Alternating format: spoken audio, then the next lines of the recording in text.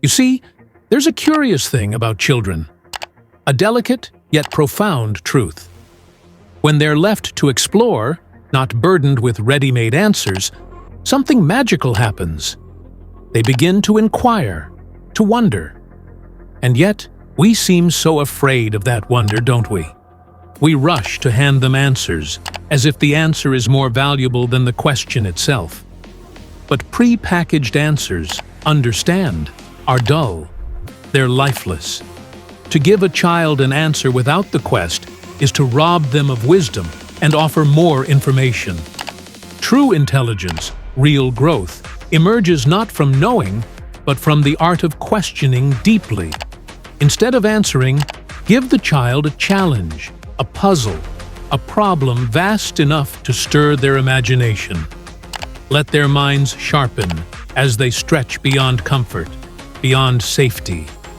Let them inquire so profoundly that the question itself begins to pulse through them, not merely intellectual, but existential, a question of being. But of course, this is what the world fears most. Society trembles at the idea of a mind that thinks freely, for who can predict where such a mind will wander? A child allowed true freedom might never return to the safe beliefs of their parents. They may question doctrines, reject the familiar faiths, see through the comforting illusions. And so, the system intervenes early. Fear is instilled. Self-doubt is planted, like a seed. You see, the first task of control is to break trust. The trust a child has in their own spirit. Make them doubt their own intelligence. Make them question their worth. Once fear takes root, they become easy to shape, easy to manage. A child who believes in themselves cannot be controlled. But a child whose trust in their own mind has been fractured will forever seek external authority. They will follow orders.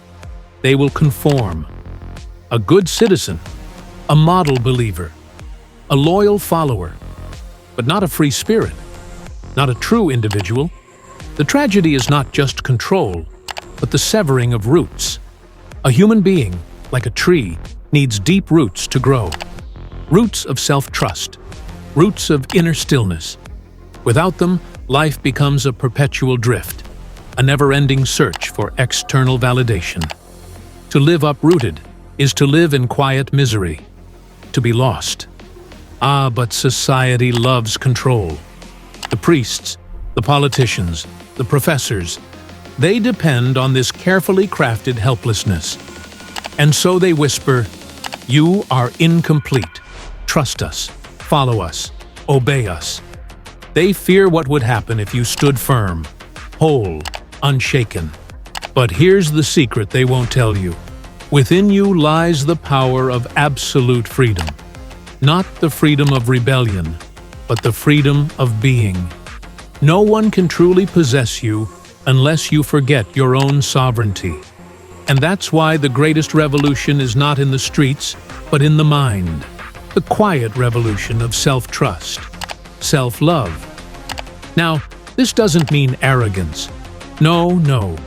It means seeing yourself as a vital expression of existence, valuable and irreplaceable as the stars or the sea. For you were brought into being, not as a mistake, but as a stroke of creative necessity. Existence desired you. And when you understand this, truly feel it, the need for external approval begins to dissolve. Yes, you will still face critics, the doubters. They will call you selfish for loving yourself. They will say, "Who are you to trust your own mind? To follow your own heart?" But you see, their fear is not of your arrogance, it's of your power. For a person who trusts themselves cannot be controlled. And once you trust yourself, once you root deeply in your own being, an extraordinary thing happens. You begin to trust others. You see their goodness, their potential. You understand that trust, in its purest form, is not naivety, but wisdom. To trust, to be vulnerable, is to invite the world closer, not to retreat from it. So begin there. Not with grand revolutions, but with the simple act of trusting yourself. Let go of the endless self-criticism. Stand tall in the knowledge that you are enough just as you are. Love yourself, not as an act of arrogance, but as the foundation of all other love. For how can you truly love another if you have not learned to cherish yourself? And when you truly trust, something miraculous occurs. The world reflects that trust back. A life once filled with fear begins to blossom, not because you controlled it, but because you finally let go.